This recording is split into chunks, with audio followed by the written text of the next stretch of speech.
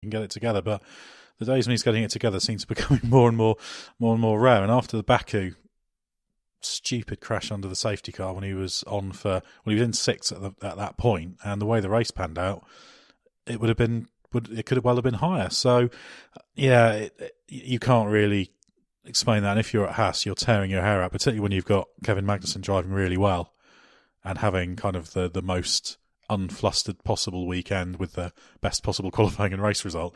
You've got to wonder which side of the garage you're looking to get your results now, because they're only coming from the Danish side. Especially as, even though Grosjean was still good in qualifying, made it to Q3 and was very fast. The rest of his weekend was also very messy. How many times did we see him through the gravel or complaining about a lock-up? He looked on edge and looked ragged all weekend, and it's just, when you see a Haas off now, spinning or something, you don't even, I don't know, maybe it's just me, I don't even feel like I need to look for the helmet or the number now. It's not just you, and he was doing that thing where he was just locking up the brakes and complaining about the brakes, when actually what he should have done was just brake a little bit earlier. Yeah, it's not great. And you know, the pace underlying was okay, but even in qualifying, he had that off at turn 7, ran through the gravel. I think that was in Q2, wasn't it? And he carried a little bit of floor damage into Q3, which cost him a little bit of time.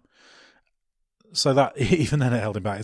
Grosjean is, he needs to get a result and try and get this all under control, because it's becoming a real problem for Haas. And you're at the point now where if you're the Haas team, you're thinking, well, do we need to be looking elsewhere for a driver for next year? Now, looking behind Kevin Magnussen was Carlos Sainz. He had a good solid run to 7th, a decent performance. I don't think he could have done much better. He did have a little bite of the gravel at turn 2 on the opening lap, though, while he was battling with Alonso. It was quite a busy opening lap, and I was wondering whether the whole Battle of the Spaniards thing had caused a rush of blood to the head, because you don't win a Grand Prix on the first lap. You certainly don't win it there, because that is such a pinch point. The whole turn 1, 2, 3 confluence, and you can't really go 3 wide into turn 1 pretty much. So to try and then carry that on through the following sequence of corners is pretty crazy. Well, that did effectively trigger what happened at turn 3, because that allowed Grosjean to nip ahead, didn't it? Yeah. Also, I think Gasly had to get out of the throttle a little bit because of that as well. Gasly had a Gasly sort of had a weird, horrible free corner. Yeah, it was Keystone Cops moment, wasn't it? Constantly having to get out of the throttle and correct. Yeah, he was unfortunate because he had a really good start as well. And then he just kept being squeezed and turned in on, and it was just, there was a bit in turn 1 where he basically just has to suddenly grab the brakes, and you can see it snatches the rear, and he has a little bit of a slide, and then he's sort of slithering through turn 2 and having to avoid the cars that are coming back on, so he goes wide into 3, but then obviously you've got no grip on the entry to 3 on the outside, so he tries to haul it back across to the middle, gets out off the throttle, has another bit of a movement, gets to the inside, and just as he thinks he's home and dry, he has this car rotating in front, goes through this big plume of smoke and wipes off the front left corner of his car. I think he'll be having nightmares about that opening lap, because that really was horrendous, wasn't it? Yeah, not really through any of his fault. He was having all round. He had a pretty good weekend considering. But other than that moment for Carlos Sainz, just a very good performance. A long way behind Kevin Magnussen at the end. I think the gap was 37 seconds. I don't think they were really in a race with Magnussen. Maybe if he hadn't had that wide moment in 2, he could have got past Magnussen when Magnussen had his moment, and maybe that would have changed things. But overall, you could say, yeah, that's a very good performance from Carlos Sainz, who really has got some momentum built up. So he was ahead of Fernando Alonso, who cracking overtaking manoeuvre on Esteban Ocon around the outside of turn 3 during the race. Good loved performance. Overtake of the of the race, I think. Yeah, well, there wasn't much competition, but yeah. There were a lot of failed overtakes. Cracking pass. Very, very opportunistic, and actually to come after a failed overtake into turn 1, because he had a little bit of a look inside Ocon and it didn't work, but to make that stick was it took guts and it was perfectly executed. Yeah, and we also saw behind that in 9th place Sergio Perez did a 2-stop strategy, picked off a few cars towards the end. Stop under the virtual safety car. That when he made his second stop, so he was one that actually made that work. Didn't he stopped at the same time as Vettel, and then the team was always quite confident he'd be able to make up some places, given who he was battling with. So a good performance from Perez. He certainly wasn't going to finish quite unusual of Force India to go for a more multi-stop strategy. Usually they attempt to do fewer stops rather than more, so that's interesting for them.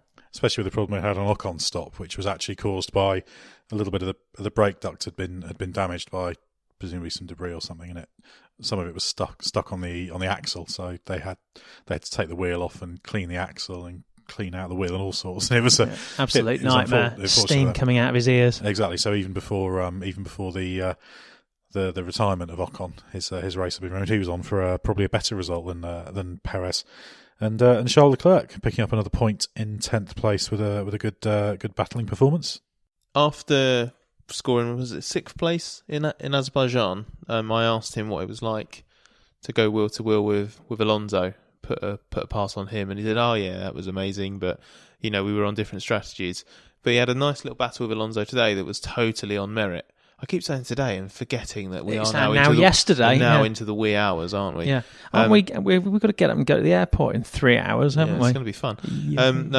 Leclerc is riding the crest of a wave, to use a bit of a cliche.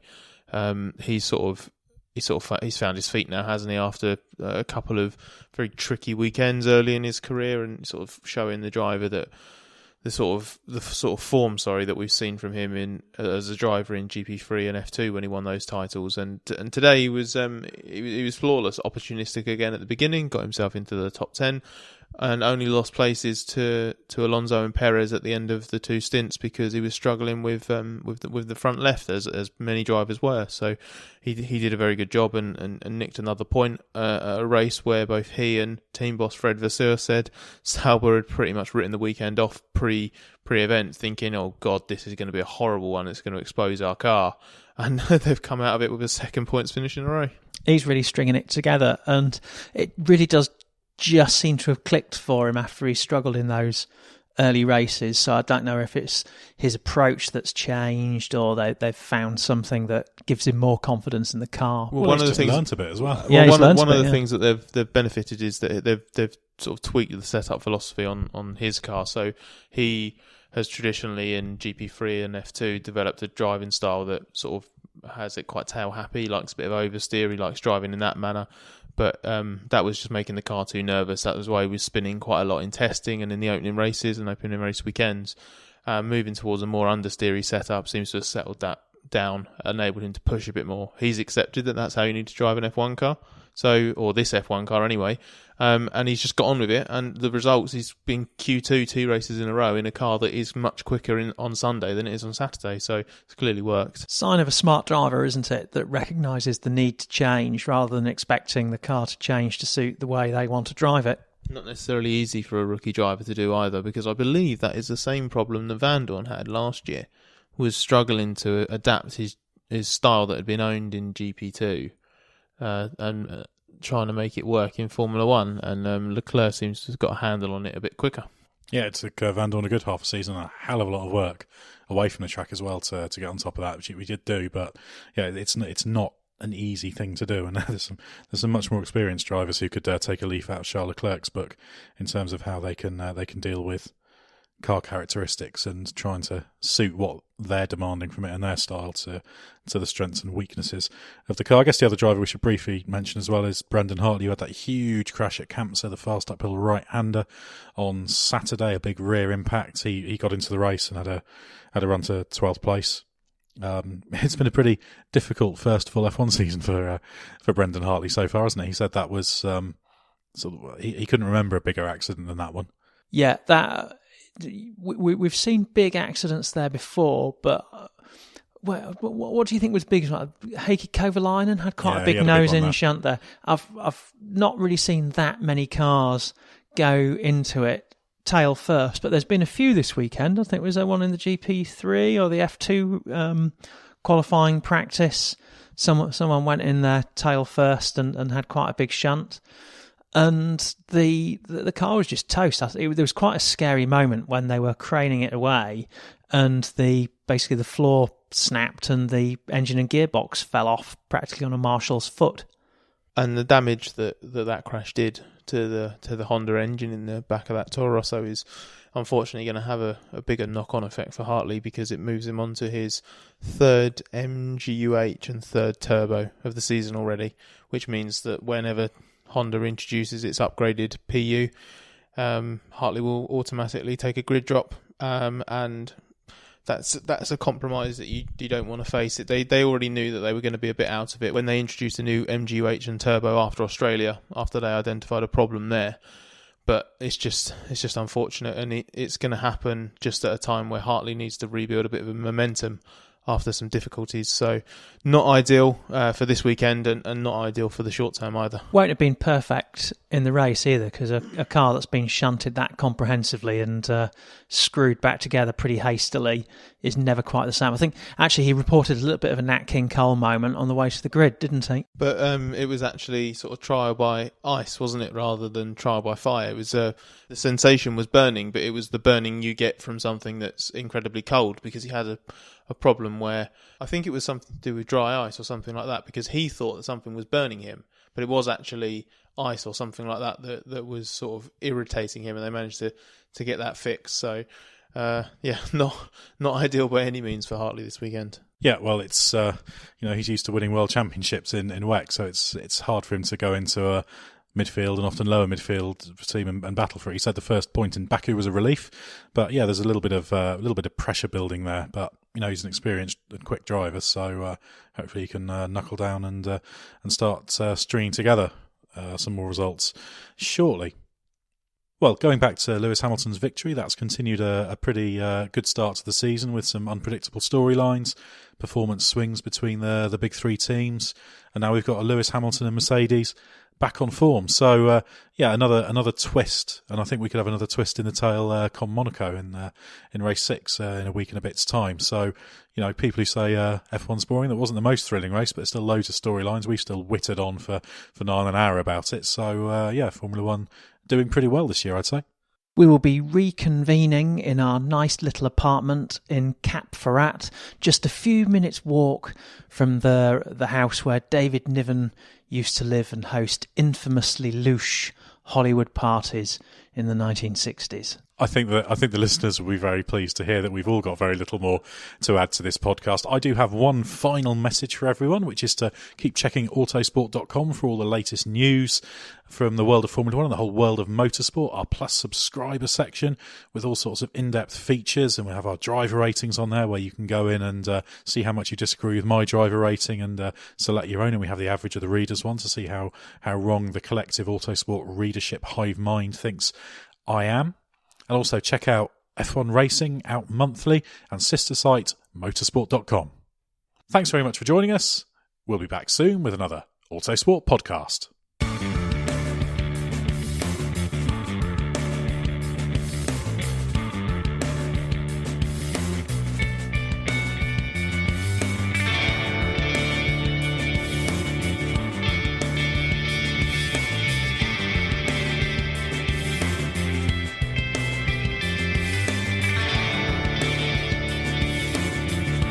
Music is 6am by Trilo, written by Marcus Simmons.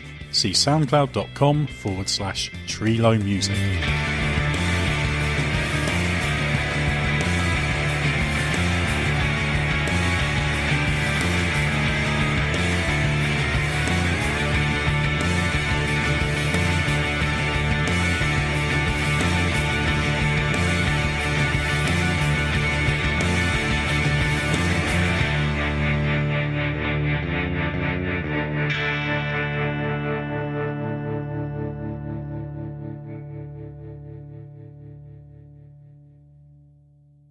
Right now, join T-Mobile and get an unlimited family plan with Netflix included, so you can watch in more places than ever before on your phone, tablet, or TV. Plus, buy one Samsung Galaxy S9 and get one free with 24 monthly bill credits, so you and your family can binge your Netflix favorites on your new phones. Call 1-800-T-Mobile or visit a store today.